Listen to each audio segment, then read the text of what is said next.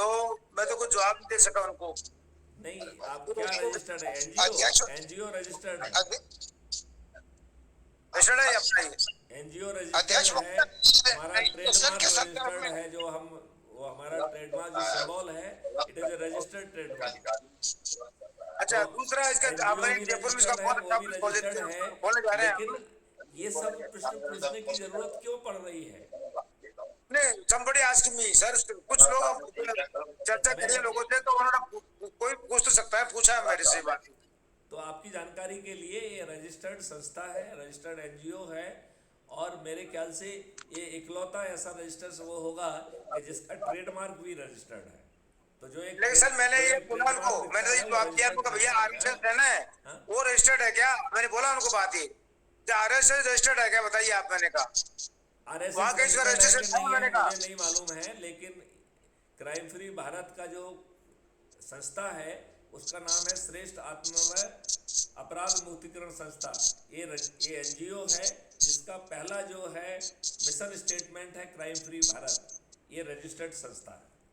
Sir कोई बात नहीं, वो आपने क्लियर हो गया, लेकिन मैंने उसको जवाब भी दिया कि भैया मैं इसको, मतलब आपको काम करना है, ये स्वच्छ की सेवाएं देनी है, देश हित में देना है, राष्ट्र हित में काम करना है, और अपनी स्वच्छ सेवा देनी है। तो इसमें तो बहुत बड़े बड़े संगठन है जो कौन रजिस्टर्ड है यार।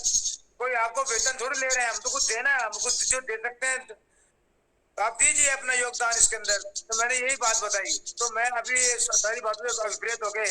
मैं जयपुर के अंदर बहुत अच्छा एक ऑफिस खोलना चाहता हूँ, आपकी परमिशन चाहिए मुझको, और बहुत जल्दी आपको भी हम वीजा कटवाएंगे, बुलाएंगे आपको, आपके कर कमलों के माध्यम से द्वारा कराएंगे।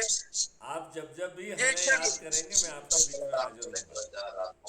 और सर मेरे मेंबर बन गए 9, मेरे 9-10 मैंने कंप्लीट कर दिया, मैंने अपना वो जो टारगेट था मेरा, अभी तो 10 दिन भी नहीं हुए हैं। बहुत सुंदर, बहुत सुंदर। साहब जी, जी हाँ। अभी हम गुजारिश करेंगे अपने अध्यक्ष महोदय से, तो एक डीओ लेटर का फॉर्मेट जो जारी करेंगे, एक फॉर्मेट के तौर पे दे दें, और जिस स्टेट का बंदा जो जानना चाहेगा कि हम डीओ छपवाते हैं, उस फॉर्मेट पे वो अपना स्टेट का डीओ छपवाएंगे, जिसमें अपने रजिस्टर्ड नंबर, अपने सिस्टम का रजिस्टर्ड नंबर अंकित होना चाहिए ड्राफ्ट में। ठीक उस बात, फॉर्मेट के हिसाब से तो लेंगे, अपने अपने स्टेट का बनाएंगे सब अलग अलग। ठीक बात है, बिल्कुल ठीक बात है। Okay Srivastava sir. हाँ सर। कल सहरसा में एक मीटिंग कीजिए, और अध्यक्ष महोदय कीजिए, और एक ऑफिस खुलवाने का कोशिश कीजिए, जिसमें सिमरी बख्तियारपुर का 3-4 बंदे अपने सिस्टम से कनेक्टेड है। एक ऑफिस दे के जाइए जोन में, ठीक है, जब तक आप हैं सो वहाँ। हाँ, तो हम कल ही पूरी चीज हम जाके फाइनल करते हैं सर। अच्छा ठीक है। आरडी मीना साहब, अब इजाजत हो तो सभा का समापन किया जाए।